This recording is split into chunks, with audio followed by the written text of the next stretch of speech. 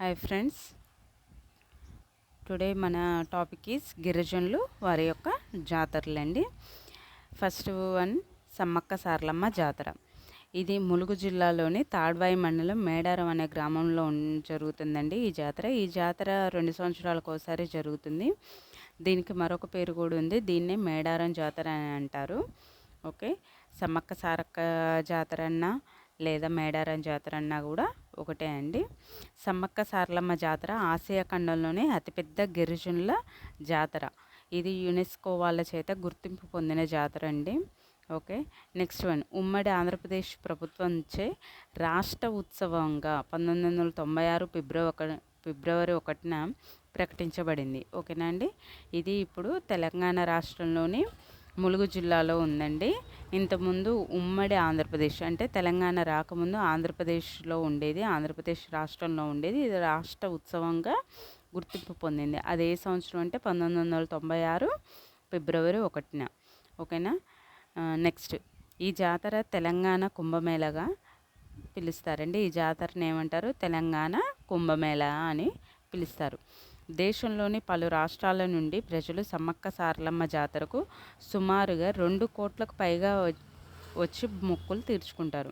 చూసారండి, దేశంలోని పలు రాష్ట్రాలు అంటే తెలంగాణతోటి ఆనుకొని ఉన్న రాష్ట్రాల నుంచి చాలామంది ప్రజలు వస్తారండి. దాదాపుగా ఎంతమంది 2 కోట్లకు పైగా భక్తులు అనేవాళ్ళు రావటం జరుగుతుందండి. వాళ్ళ మొక్కులు తీర్చుకోవడానికి 2 కోట్ల జనాభా వస్తారండి ఈ సమ్మక్క సారక్క జాతరకు. ఈ జాతరలో గిరిజనులే పూజారులు. సో మన గుళ్ళల్లో ఉన్నట్టు అయ్యగారులు ఉండరండి.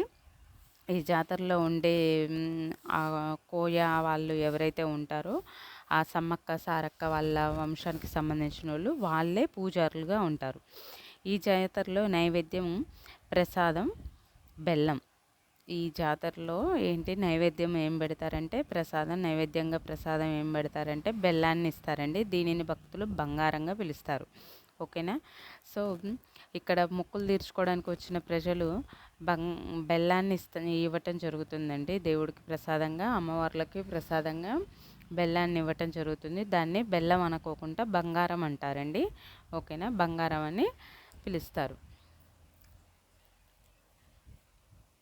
ఈ జాతర గిరిజనులు కోయ తెగకు ప్రత్యేకమైన జాతర. ఈ జాతర అనేది గిరిజనులకు ప్రత్యేకమైన జాతర అండి. కానీ ఈ జాతరలో గిరిజనేతరులు అంటే గిరిజనులు కాని వాళ్ళు కూడా పాల్గొనటం జరుగుతుంది. అందుకే 2 కోట్ల వరకు కూడా ప్రజలు రావటం జరుగుతుంది. ఓకేనా.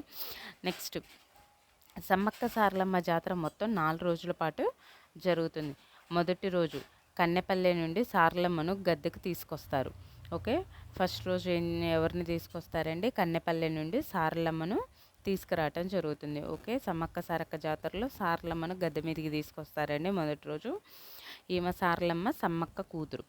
ఓకేనండి. నెక్స్ట్ రెండవ రోజు చిలకల గుట్టలో ఉన్న గద్దెపై సమ్మక్కను ప్రతిష్ఠిస్తారు. ఓకే, ఈమెను ఎక్కడి నుంచి తీసుకొస్తారు అంటే చిలకల గుట్ట అని కొంచెం ఒక 3 కిలోమీటర్ల దూరంలో ఉంటుంది అమ్మవారి గద్దెకును ఆ చిలకల గుట్టకి. ఆ గుట్ట మీదకి వెళ్ళి ఆ పూజారులు తీసుకురావటం జరుగుతుందండి రెండో రోజున. మూడో రోజు గద్దెలపై అమ్మవార్లు ఇద్దరిని కొలువు చేస్తారు. ఓకే, మూడో రోజు ఏం చేస్తారంటే అమ్మవార్లని మూడో రోజు కొలువు చేస్తారన్నట్టు. నెక్స్ట్ నాలుగో రోజు ఆవాహనం పలికి సాయంత్రం అమ్మవార్లు ఇద్దరిని తిరిగి యుద్ధ రంగానికి తరలిస్తారు. దీంతో జాతర ముగుస్తుంది. ఓకేనా. నాలుగో రోజు ఏం చేస్తారంటే మళ్ళీ ఎక్కడి నుంచి అయితే వాళ్ళు వచ్చారో అదే ప్లేస్కి మళ్ళీ తీసుకెళ్ళటం జరుగుతుందండి. దాంతో జాతర అనేది ముగుస్తుంది. నెక్స్ట్ గిరిజనుల జాతర ఏంటంటే నాగోబా జాతర. నాగోబా అనగా నాగదేవత అని అర్థం. ఓకే, నాగోబా జాతర అంటే ఏంటంటే నాగదేవత అని అర్థం అండి. నాగదేవతను పూజించడం జరుగుతుంది ఈ జాతరలో. ముఖ్యంగా నాగోబా జాతరను గోండు గిరిజన జాతికి చెందిన ప్రజలు ప్రత్యేకంగా జరుపుకుంటారు. ఈ జాతరను ఎవరు జరుపుకుంటారంటే గోండు జాతి వాళ్ళు జరుపుకోవటం జరుగుతుంది. ఆ గిరిజనులు నాగోబా జాతరకు గిరిజనులు 10 రోజుల పాటు జరుపుకుంటారు. ఈ జాతర 10 రోజుల పాటు జరుగుతుందండి. నాగోబా జాతర అనేది 10 రోజుల పాటు జరుగుతుంది. సమ్మక్క సారక్క జాతర అనేది 2 రోజులు జరుగుతుందండి. ఇది 2 సంవత్సరాలకు ఒకసారి వస్తుంది. 2 నుంచి 4 రోజుల వరకు ఈ జాతర జరగటం జరుగుతుంది. అమ్మవార్లు రావడానికి 2 రోజులు పడుతుంది. మిగతా 2 రోజులలో వాళ్ళని మళ్ళీ తిరిగి యథాస్థానానికి పంపిస్తారు సమ్మక్క సారక్కని. ఈ నాగోబా జాతర అనేది 10 రోజులు ముందుగానే స్టార్ట్ అవుతుంది. ఇది 10 రోజులు జరుగుతుంది ఈ జాతర. ఇది గోండు వాళ్ళు గోండు ప్రజలు చేసుకునే జాతర. ఈ నాగోబా జాతర ఆదిలాబాద్లోని ఇంద్రవెల్లి మండలంలోని కెస్లాపూర్ గ్రామంలో నిర్వహిస్తారు. గోండు గిరిజన తెగ ప్రతి సంవత్సరం పుష్యమాసంలో బహుళ అమావాస్య రోజున జరుపుకుంటారు. ఈ జాతర ఎప్పుడు జరుగుతుందంటే పుష్యమాసం బహుళ అమావాస్య రోజున జరుగుతుంది. ఓకేనా. 1940లో ప్రొఫెసర్ హైమన్ డార్ఫ్ అనే గిరిజన స్కాలర్ నాగోబా జాతర సమయంలో గోండు దర్బార్ను నిర్వహించడానికి కలెక్టర్ను ఆహ్వానించి గిరిజనుల సమస్యలను విన్నవించుకునే సాంప్రదాయాన్ని ప్రారంభించారు. ఓకేనండి. ఈ గిరిజనులు ఏంటంటే వాళ్ళకి ఏదైనా ప్రాబ్లం ఉన్నా కానీ వాళ్ళు అధికారులకు తెలియజేయడానికి కూడా వాళ్ళకి ఛాన్స్ ఉండేది కాదు. అందుకే వీళ్ళు ఏం జరిగిందంటే ప్రొఫెసర్ హైమర్ డార్ఫ్ అనే అతను ఈ గిరిజనుల కోసమని ఒక దర్బార్ని ఏర్పరచడం జరిగింది. గోండు దర్బార్ అని ఒకటి నిర్వహించడం జరిగింది. దానికి కలెక్టర్ని ఆహ్వానించారు. సో వాళ్ళ దగ్గర నుంచి వాళ్ళ సమస్యలు ఏంటి అనేది వాళ్ళు కలెక్టర్కి నేరుగా తెలుపుకునే అవకాశాన్ని కల్పించడం జరుగుతుంది.